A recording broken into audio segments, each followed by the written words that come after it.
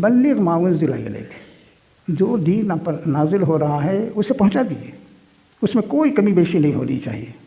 وَإِن لَّمْ تَفْعَلْ فَمَا بَلَّغْتَ رِسَالَتَهُ، اگر اس میں کوئی کمی بیشی ہوئی، ٹھیک سے نہیں پہنچایا، تو اس کا مطلب یہ ہے کہ آپ نے اللہ کے دین کو نہیں پہنچایا۔ اللہ کے دین کی کچھ بات کہنا، کچھ چھوڑ دینا، یہ صحیح نہیں ہے، پوری بات کہیے لوگوں سے۔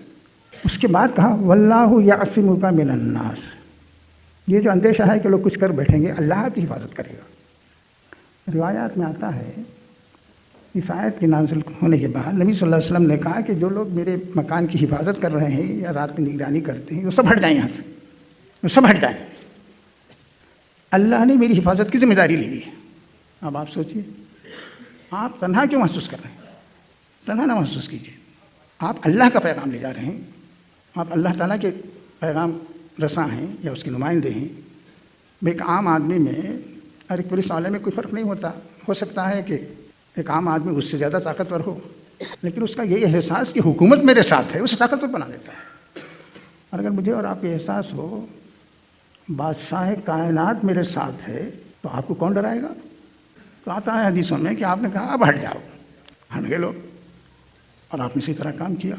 قرآن میں یہ بات بھی بتائی گئی کہ اللہ کی نصرت کے لیے ایک شرط ہے، اللہ تمہارے ساتھ ہے۔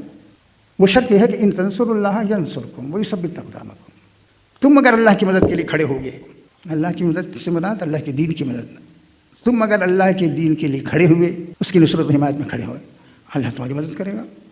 تو یہ بات کہ اللہ کی مدد ہمیں کیسے حاصل ہوگی اس نے واضح کر دیا کہ اگر آپ اللہ کے دین پر عمل کریں گے، اللہ کے دین کی دعوت دیں گے، اس کا پرچم بلند کریں گے، اس کی حمایت میں کھڑے ہوں گے تو اللہ کی نصرت بھی آپ کو حاصل ہوگی۔